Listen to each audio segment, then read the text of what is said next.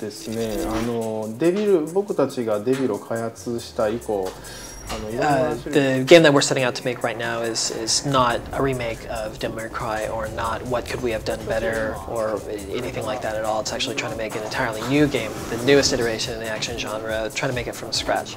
So we didn't look at Devil May Cry and see the kinds of things that were in that game and how could we have done them better, or how can we better implement them with today's technology, but it's actually trying to ask new questions and get new answers and create something entirely new from scratch. So we set about making a very physically intense type of action game. That was the original design goal, and within that context we explored a lot of different ideas about what sort of physical actions should be taking, how it should be moving around in the environment. Initially there was discussion about what kind of character then lends itself to that sort of action, and based on the previous titles that I've worked on, the kinds of characters are created, like really cool Dante, or they have these various very specific kinds of personalities. So endeavoring to create something new or try something different, then it was a natural progression to make the character female, or work on a female character and explore those ideas and that sort of characterization. And then within that context, having her using the powers of darkness and those sorts of abilities manifest around her as the basis for her powers, that then it was pretty obvious that it would have to be a witch.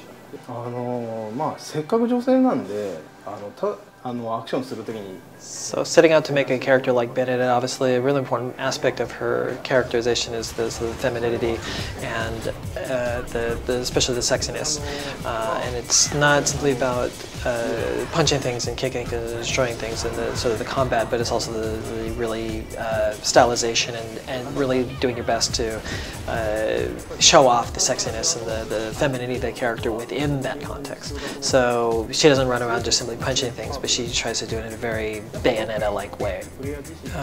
Personally, the most important aspect of the game itself is actually the feeling of actually playing the game. Even hardcore users or casual users should be able to pick up the game, give it a try, and then make the decision about whether they actually want to pick up this game for themselves based on that. But it's something that can only be imparted through the actual experience of playing the game. Obviously, the game is very much oriented towards a very hardcore user base. People who are going to pick up the game and be very, very much drawn into the game. But there's also settings for more casual users, people who are more interested in just simply the entertainment value of the game itself. But it's the idea then is to actually pick up the game and give it a try first.